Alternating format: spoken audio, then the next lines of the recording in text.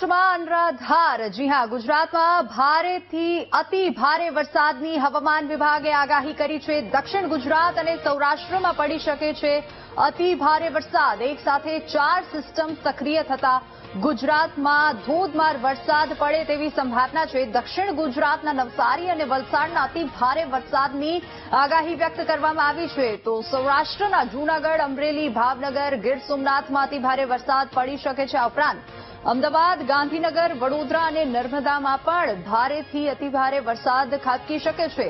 બંગાળની ખાડીમાં well-marked low pressure system સક્રિય થઈ છે, જેના કારણે આ વાતાવરણમાં પલટો જોવા મળશે અને અમદાવાદ, ગાંધીનગર સહિત તમામ જિલ્લાઓમાં અતિભારે વરસાદની હવામાન વિભાગે આગાહી વ્યક્ત કરી છે। દક્ષિણ ગુજરાત અને સૌરાષ્ટ્રને પણ ફરી એકવાર મેઘરાજા ગમરોળશે।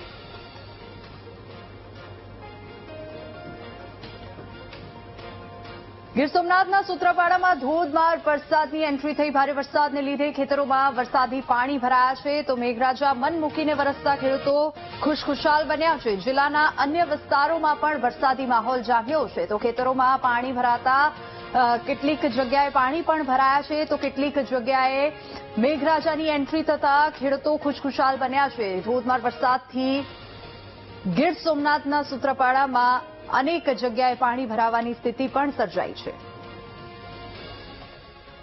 સોમનાથ જિલ્લાની અંદર છેલ્લા 12 કલાકની અંદર 9 ઇંચથી વધારે વરસાદ છે તે ખાબકી ચૂક્યો છે। આપ જોઈ શકો છો સૂત્રાપાડા શહેર નજીકનો આ જે ઝાલાના વડોદરા અને પસનાવડાની વાડી વિસ્તારના દ્રશ્યો છે। અત્યારે ખેતરો છે તે બેટની અંદર ફેરવાઈ ચૂક્યા છે। ખેતરોની અંદર જ્યાં સુધી આપણી નજર પોસે ત્યાં સુધી પાણી જોવા મળી રહ્યું છે, પરંતુ સિઝનનો આવો સારો વરસાદ પહેલીવાર પડ્યો છે, તેને લઈને ખેડૂતોનો પાક જે સુકાઈ રહ્યો હતો તેની અંદર જીવનદાન મળ્યું છે। તેની સાથોસાથ અત્યારે તો ખેતરોમાં પાણી ભર્યું છે, પરંતુ ધીરે ધીરે વરસાદે પણ હવે વિરામ લીધો છે, ત્યારે પાણી હવે ધીરે ધીરે ઓસરવાની શરૂઆત છે તે થઈ ચૂકી છે। ત્યારે આપણી સાથે ગીરના ખેડૂતો છે, ખેડૂતો પાસેથી જાણશું કે આ વરસાદ કેટલો તેના માટે મહત્વનો રહ્યો છે, કેમ કે ઘણા સમયથી ગીરના ખેડૂતો વરસાદ માટેની રાહ જોઈને બેઠા હતા। જી સાહેબ, શું કહેશો, કેવો વરસાદ ને કેવો માહોલ છે? બહુ વરસાદ સારો છે, બરાબર, લોકોને શાંતિ થઈ ગઈ। આ પાકને મળશે જીવનદાન? હા, જીવનદાન પૂરું મળે। આમ તો કેટલાક સમયથી રાહમાં હતા વરસાદની? મહિના દિવસથી હવે આનાથી ફાયદો થશે, નુકસાન? ફાયદો થશે। તો ખાસ કરીને ખેડૂતનું કહેવું છે કે આજે વરસાદ પડ્યો છે તેના કારણે ચોક્કસથી ખેડૂતોને મોટો ફાયદો થશે, પરંતુ હજુ પણ જે સિઝનનો વરસાદ છે વધુ વરસાદ પડે જેથી કરીને ખેડૂતોને લાંબા સમય સુધી પાણી છે તેની સમસ્યાથી મુક્તિ મળે। Rohitsinh Barad, VTV news, Gir Somnath. તો આ તરફ જૂનાગઢના માંગરોળમાં ધોધમાર વરસાદ ખાબક્યો। ભારે વરસાદથી રસ્તા પર વરસાદી પાણી ભરાયા। માંગરોળ કેશોદ રોડ પર પાણી ભરાયાના દ્રશ્યો સામે આવ્યા છે। ઘૂંટણ સુધીના પાણી ભરાતા વાહન ચાલકો હેરાન પરેશાન થયા। પાણી ભરાઈ જવાથી ટ્રાફિક જામની સ્થિતિ પણ જોવા મળી રહી છે, તો મુખ્ય રસ્તાઓ પર પાણી ભરાવના લીધે વાહન ચાલકોને હાલાકી પડી। જૂનાગઢ જિલ્લાને રેડ એલર્ટ હવામાન વિભાગ દ્વારા કરવામાં આવ્યું છે। ત્યારે વાત કરવામાં આવે તો જે સવારથી જ જે માંગરોળ વિસ્તાર છે તેમાં અનરાધાર વરસાદ વરસ્યો, તેમાં નીચાણવાળા જે વિસ્તારો છે તેમાં પાણી ભરાયા છે। વાત કરવામાં આવે તો જે સવારથી જે માંગરોળ વિસ્તાર છે તેમાં તેના ગ્રામ્ય વિસ્તાર છે તેમાં આજે સવારથી અનરાધાર વરસાદ વરસવાને લઈ અનેક વિસ્તારોમાં પાણી ભરાયા છે। ત્યારે નદી નાળા હતા તે પણ છલકાયા છે અને તેનું પાણી રોડ ઉપર આવ્યું છે। આપ જે દ્રશ્યો જોઈ રહ્યા છો તે જૂનાગઢ જિલ્લાના જે માંગરોળ કેશોદ તરફ જતો રસ્તો છે તેના છે ગોઠણડૂબ જેટલા પાણી ભરાયા છે। વાહન ચાલકોને ભારે મુશ્કેલીનો સામનો કરવો પડ્યો છે। વાહન ચાલકો પણ મહા મુસીબતે પોતાના રોજિંદા ધંધા હોય છે ત્યાં જતા હોય છે અને વાહન ચાલકો હેરાન પરેશાન થયા છે। ત્યારે જે પાણીના નિકાલ જે રોડ પર થયો છે તેને લઈ લોકો પણ મુશ્કેલીમાં મુકાયા છે। વાત કરવામાં આવે તો જે સવારથી અનરાધાર વરસાદ વરસવાને લઈ લોકો મુશ્કેલીમાં મુકાયા છે અને વાહન ચાલકો જીવના જોખમે અહીંથી પસાર થઈ રહ્યા છે। જય વિરાણી, વીટીવી ન્યૂઝ, માંગરોળ।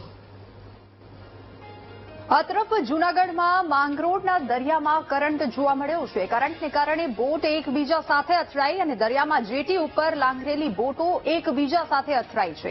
15થી વધુ બોટમાં સામાન્ય નુકસાની થઈ છે। ફિશરીઝ વિભાગ દ્વારા સાવચેતીના પગલાં લેવામાં આવ્યા અને માછીમારોને સૂચના પણ અપાઈ છે। દરિયો ન ખેડવા માછીમારોને સૂચના આપવામાં આવી છે। દરિયામાં કરંટ જોવા મળ્યો અને ઊંચા મોજા પણ ઉછળ્યા, જેથી કરીને તમામ માછીમારોને દરિયો ન ખેડવા સૂચના આપવામાં આવી છે. બોટ એકબીજા સાથે અથડાઈ છે તેવા દ્રશ્યો પણ સામે આવ્યા. જેટી પર લાંગરેલી બોટ એકબીજા સાથે અથડાઈ.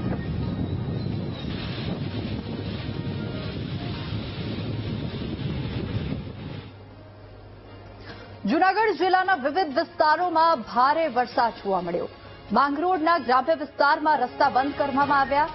મોટાભાગના રસ્તા પર ભરાયા વરસાદી પાણી, જેના લીધે અનેક રસ્તાઓ બંધ થઈ ગયા. સુલતાનપુરથી ભાટ ગામને જોડતો રસ્તો પણ બંધ થઈ ગયો. રસ્તો બંધ થતા વાહન ચાલકો પરેશાન થયા અને રોડ ઊંચો અને પહોળો બનાવવા ગ્રામજનો માંગ કરી રહ્યા છે. જૂનાગઢના માંગરોળમાં જે સવારથી અનરાધાર વરસાદ વરસ્યો છે. 2 કલાકમાં 2.5 થી 3 ઇંચ જેટલો વરસાદ વરસ્યો છે. ત્યારે ગ્રામ્ય વિસ્તારમાં પણ 2 થી 4 ઇંચ જેટલો વરસાદ વરસ્યો છે. તેને લઈ જે વોકળા હતા તે ઓવરફ્લો થયા છે અને ગ્રામ્ય વિસ્તારના જે રસ્તા હતા તે પણ બંધ થયા છે. સુલતાનપુરથી જે ભાટગામ તરફ જવાનો રસ્તો છે તે ગોઠણડૂબ જેટલા પાણી ભરાયા છે. અનેક વાહન ચાલકો છે તે પણ મુશ્કેલીમાં મુકાયા છે. જીવના જોખમે વાહન ચાલકો અહીંથી પસાર થઈ રહ્યા છે. વાત કરવામાં આવે તો જે અનરાધાર વરસાદ વરસવાને લઈ લોકો મુશ્કેલીમાં મુકાયા છે. જીવના જોખમે વાહન ચાલકો પસાર થઈ રહ્યા છે. આપણી સાથે અહીંના ગામના આગેવાન છે, તેને વાત કરવાનો પ્રશ્ન. શું નામ છે અને કેવી મુશ્કેલી છે અત્યારે તમારે? મારું નામ ધીરુભાઈ. શું મુશ્કેલી છે તમારે? અમારે અહીં એટલો વરસાદ થાય એટલે આમાં કોઈ રીતે ક્યાંય નીકળાતું નથી. કોઈ અનેક વાર રજૂઆત કરી, કોઈ ધ્યાનમાં લેતું નથી. એક બાજુ સરસે જેટલી થોડોક પોળો કરી નાખે એક બાજુ, તો બધાને ભાટગામના ને બધાને જવામાં સરળતા રહે. કેટલા સમયથી આ મુશ્કેલી પડે છે આવી? હવે 5-6 વર્ષ મુશ્કેલી પડે. તો છેલ્લા 5 વર્ષથી અનેક લોકો આ મુશ્કેલીમાં મુકાયા છે. વાહન ચાલકો જે વરસાદ વરસવાને લઈ મુશ્કેલીમાં મુકાય છે. આપણી સાથે એક ફોર વ્હીલ ચાલક છે, તેને વાત કરવાનો પ્રયત્ન કરશું. આપ ક્યાંથી આવો છો અને શું મુશ્કેલી છે? સોલંકી ખીમાભાઈ, અમે જુનાગઢ થી આવીએ છીએ. અમારે ભાટગામ જવું છે. અમે 15 મિનિટથી ત્યાં ઉભા છે. પાણી બહુ છે એટલે જવાય એવું છે નહીં. પાણી સમુદ આવે છે. કેટલું પાણી સંધાયું? પાણી ગાડી બંધ પડી જાય એવું લાગે છે એટલે હું તો ઉભી જ ગયો છું અહીંયા. શું કરવું જોઈએ? સરકારે શું કરવું જોઈએ આમાં? સરકારને તો આમાં ધ્યાન દેવું જોઈએ. હવે બહુ રસ્તામાં પાણી બધીમાં બહુ આવે છે. આગળ પાણી હતું જ છે, ત્યાં તો બહુ વાંધો નતો એટલે નાખી દીધું. હવે અહીંથી તો નીકળાય એવું છે નહીં એટલે હવે અહીંયા ઉભી જ ગયા છે. અમે તો 2 વ્હીલ વાળાને બોલાવ્યા છે ત્યાં ભાટગામથી, એટલે એ લોકો હવે આવે છે એટલે અમે અહીંયા ઉભા. હવે તો વાહન ચાલકો એક જ માંગ કરી રહ્યા છે કે જે રોડ રસ્તા છે તેને પહોળા અને ઊંચા કરવામાં આવે તેવી લોકો માંગ કરી રહ્યા છે. જય વિરાણી, વીટીવી ન્યૂઝ, માંગરોળ. આ તરફ દેવભૂમિ દ્વારકા જિલ્લામાં વરસાદી માહોલ જામ્યો છે. દ્વારકા, કલ્યાણપુર, ભાણવડ અને ખંભાળિયામાં વરસાદી માહોલ જામ્યો છે. ભારે વરસાદથી લાંબા ગામમાં વરસાદી પાણી ભરાયા અને રસ્તા અને ખેતરોમાં પાણી ભરાતા લોકોને હાલાકી પડી રહી છે. વરસાદને પગલે વાતાવરણમાં ઠંડક પ્રસરી છે, પરંતુ રસ્તાઓ બ્લોક થતા સ્થાનિકોને અવરજવર કરવામાં હાલાકી પડી રહી છે. વધુ વિગતો સાથે સંવાદદાતા અશોક ફોનલાઈન પર જોડાઈ ગયા છે. અશોક, દેવભૂમિ દ્વારકામાં વરસાદી માહોલ જામ્યો છે. કયા કયા વિસ્તારમાં પાણી ભરાયા, વિસ્તારથી જણાવો. જી, વાત કરવામાં આવે તો દેવભૂમિ દ્વારકા જિલ્લામાં આજે ત્રીજો દિવસ છે કે મેઘાવી માહોલ છે અને ખાસ કરીને આજે કલ્યાણપુર તાલુકામાં અને એ પણ લાંબા ગામમાં ખાસ કરી અને આપ ફાટી હોય તેવી સ્થિતિ જોવા મળી રહી છે. લાંબા ગામનું જે પીઠણ તળાવ છે તે પણ ઓવરફ્લો થયો છે. લાંબા ગામની અંદર પણ વરસાદી પાણી ઘૂસ્યા છે.